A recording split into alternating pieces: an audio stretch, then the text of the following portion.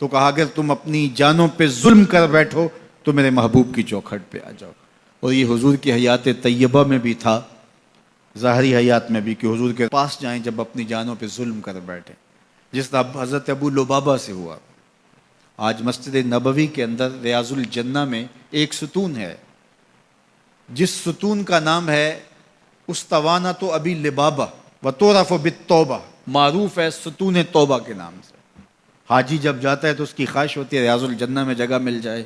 ریاض الجنہ میں چلا جائے تو اس کی عرض ہوتی ہے کہ استوان ابی لبابہ کے پاس 2 نفل مل جائیں توبہ کے. یہ حضور کے مصلی سے حجرہ عائشہ کے درمیان میں پڑتا ہے. ابو لبابہ سے ایک معاملہ ہو گیا، بنو قریظہ کو انہوں نے ایک راز بتا دی اس طرح اشارہ کر کے جو کہ تمہاری گردن کاٹ دی جائے گی. یہ غزوہ احزاب کے بعد پھر خود ہی انہیں احساس ہوا کہ مجھ سے غلطی ہو گئی ہے، تو انہوں نے اپنے آپ کو ستون کے ساتھ بندھوا دیا اور کہا کہ جب تک میری توبہ نہیں ہوگی اتنی دیر تک یہیں بندھا رہوں گا. تو حضور نے دیکھا تو اب چونکہ انہوں نے قسم کر لی تھی تو فرمایا ٹھیک ہے جس طرح اللہ کا حکم آتا ہے. اور حضور جاتے ہیں آتے ہیں رستے میں یہ ستون پڑتا ہے تو حضور کے دل سے ان کے لیے مغفرت کی دعائیں نکلتی کہ اللہ انہیں معاف کر دے. 6 دن اور 6 راتیں مسلسل وہ ستون کے ساتھ بندے رہے کہ میرا گناہ معاف ہو جائے. اللہ اکبر. پھر اللہ کے محبوب پر وحی نازل ہوئی. ابھی پردے کے حکام نہیں اترے تھے.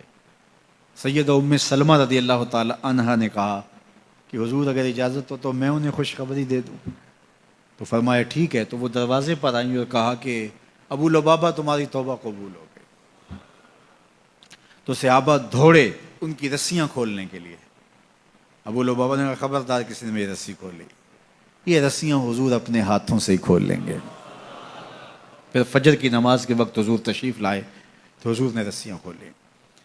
تو استوان ابی لبابہ کے نام سے اب بھی وہ ستون موجود ہے وہاں. جب ترکوں نے مسجد نبوی تعمیر کی تو اس مقام کے اوپر جو ہے وہ ستون بنایا. اور آج بھی جب حجاج زائرین جاتے ہیں تو وہ اس ستون کے پاس 2 نفل پڑھتے ہیں اور وہاں 2 نفل پڑھ کے جب دعا مانگی جاتی ہے تو گناہ معاف کر دیے جاتے ہیں. یہ علامت ہے اس بات کی کہ صحابہ گناہ کر بیٹھتے تو حضور کے پاس آتے.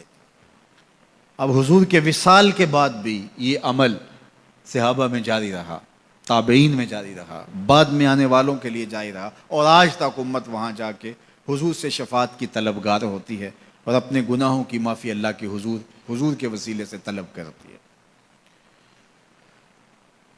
صاحب مدارک نے لکھا اسی آیت کریمہ کے تحت کہ حضور کے وصال کا 2 یا 3 دن تھا.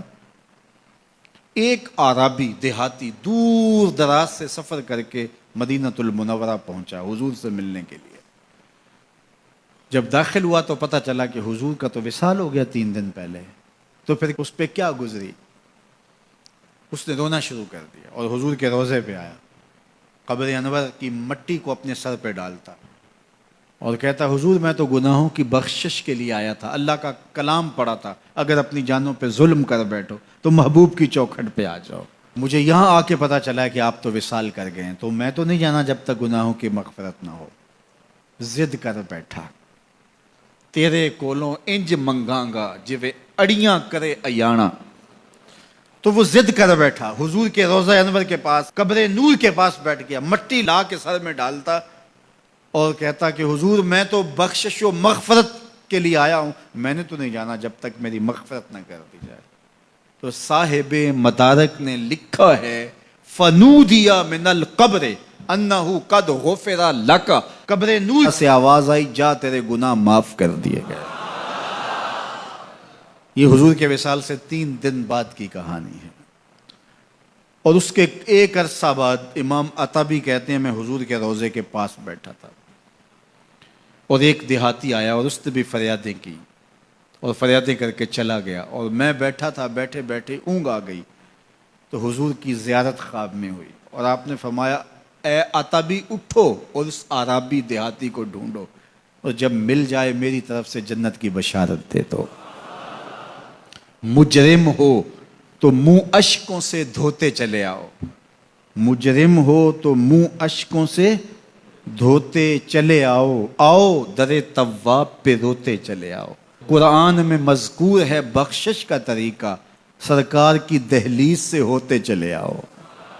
کہا جرم کر بیٹھو تو محبوب کی چوکھٹ پہ آ جاؤ.